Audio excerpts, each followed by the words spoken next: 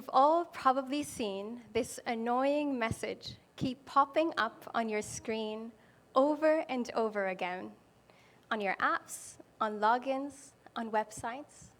The world keeps asking us the same question over and over again. Are you human?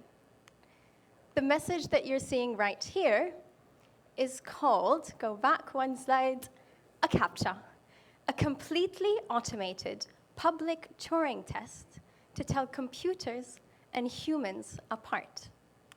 Really? It's getting that difficult to tell the difference between me and my computer? Now, technologies can analyze our data. AI can write our reports, and yes, we've all been there. And machines can build, automate, and accelerate. It can even mimic our personal capabilities. In this sense, what makes us different? What separates us from the next AI algorithm, from the next machine? And today, I'd like to invite you to question and to ponder this question that we see right here. In a world that's increasingly powered by technologies, by artificial intelligence, and by machine learning, are we human enough? So, good afternoon. My name is Alsulaiman. I'm an assistant professor of material science, applied physics, and bioengineering. And since graduating high school, I've collected pretty much every technical degree possible. A bachelor's, a master's, a PhD in bioengineering. I even did a postdoctoral fellowship. My mom didn't even know what that means, and chemical engineering. And then 4 years ago, I managed to come back to Saudi to start my own research group, and it's called the Biomad Lab. And our vision in the Biomad Lab is very simple. Like many of our speakers today, it's to create impact on people. And we do that by trying to transform our healthcare approaches from being very reactive and invasive and late stage to being proactive, patient-centric, and personalized. We do that by trying to develop very small sensors that you or anyone, even in remote regions, can use to monitor your health and well-being and to detect diseases at its earliest stages. Now, with that introduction, you'd probably expect me to talk about the technologies that are changing the world, about our sensors, about our fancy innovations.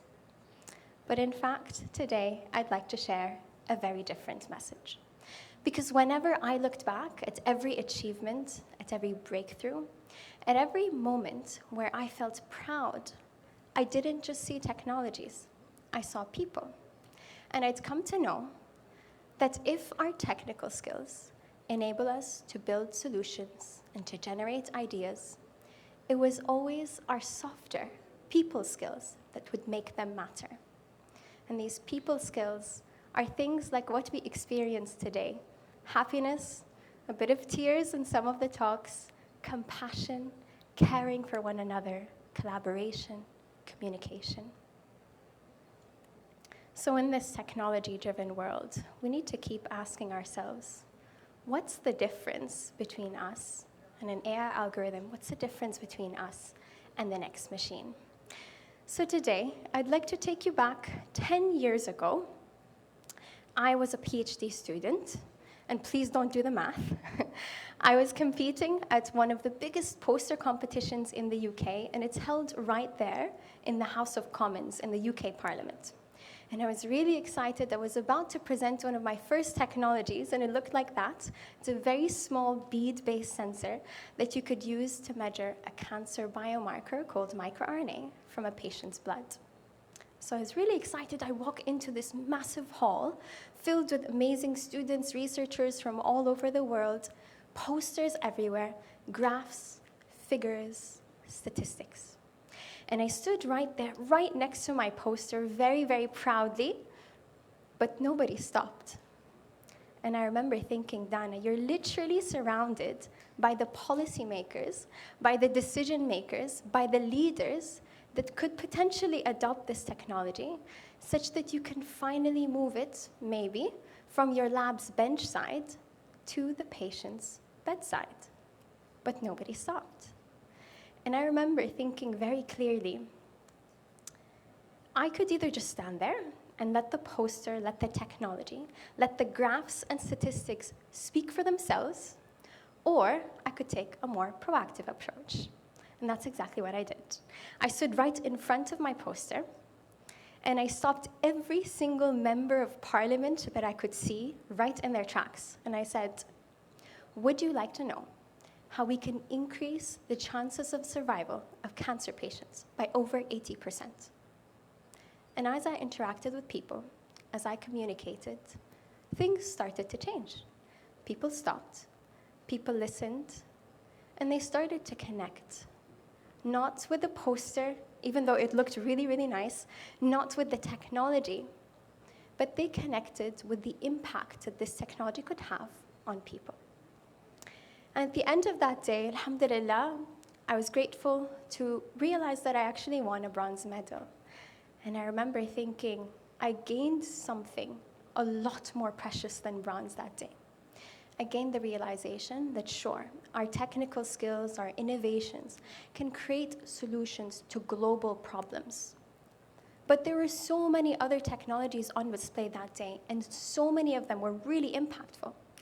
What made the difference was a people skill, was stepping out, reaching out to people, connecting with others, communicating the idea and the message, and connecting in a way that no AI or technology would ever be able to replace.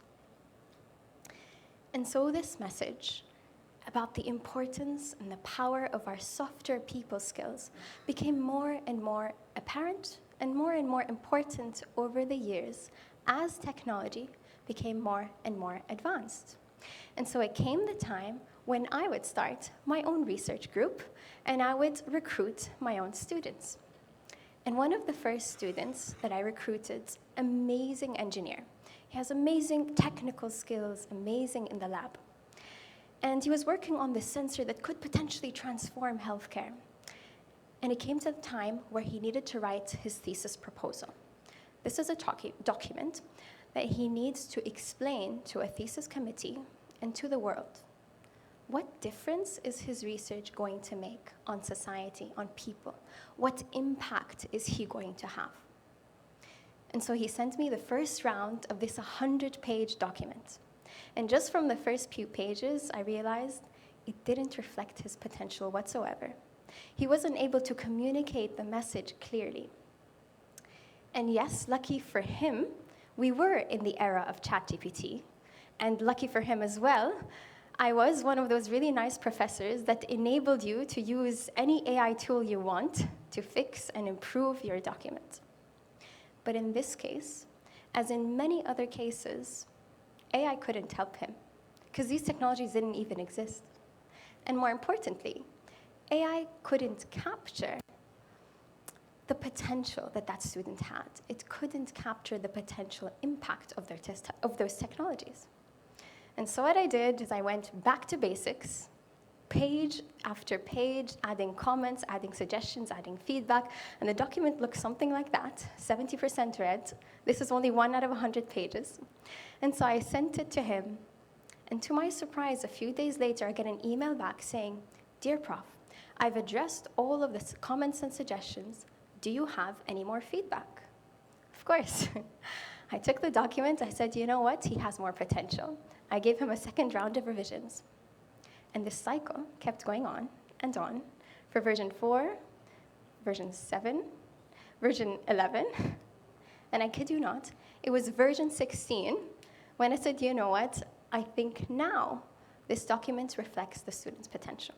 So he sent it over to the thesis committee. And just a week later, we get an email back saying, this thesis proposal is one of the best that we've ever seen. And so for the student, that was his moment of pride. It was recognizing that his technical skills are amazing, but what got him there was the softer skills, the ability to communicate his message. But for me, the moment happened a little bit later, when the student approached me and said, you know what, Prof, a few years from now, when I finish my PhD, when I pack up and go back home all across the world, this document is going to be my most prized possession. And I realized it wasn't because of the contents of this document. It was because what this document and the 16 versions of it reflected. It reflected something that AI could never replace. It reflected not a technical skill, but a softer people skill. It's the ability to recognize potential in other people.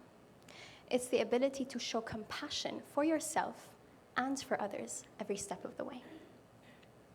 And I remember thinking that day that in this technology-driven world where there's AI and machine learning and algorithms, we need to make sure that we're always balancing our competence with our compassion.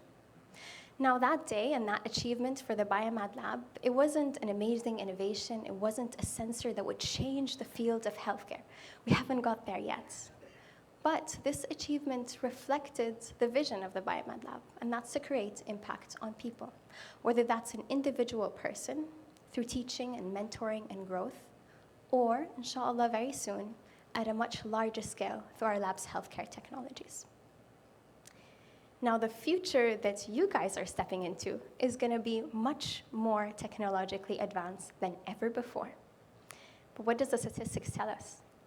Over 2/3 of jobs of the future are going to be soft skill intensive. It's going to require these people skills, the communication, the collaboration, the ability to show compassion. And if you work on these skills, you can increase your revenue by over 300 SAR, if you care about that. And, more importantly, the rate of increase of these people skill-dependent jobs is going to increase 2.5 times faster than any other job. Why? Because sure, our technical skills, our technologies can create solutions to global problems. AI can write reports and proofread, but in the future, we're going to keep developing technologies and machines that can mimic and maybe even replace some of our human capabilities. So what will make us different? What the world actually needs is the softer people skills. It's our ability to communicate an idea more effectively. It's the ability to interact with others and connect more meaningfully. It's the ability to show compassion for one another and the ability to recognize each other's potential. So, the next time that you see this annoying message come up on your screen, stop and ask yourself, what's the difference between me and a machine? And stop and ask yourself, in this technology-powered world that's driven by AI and machine learning, are we remembering to stay human enough? Thank you.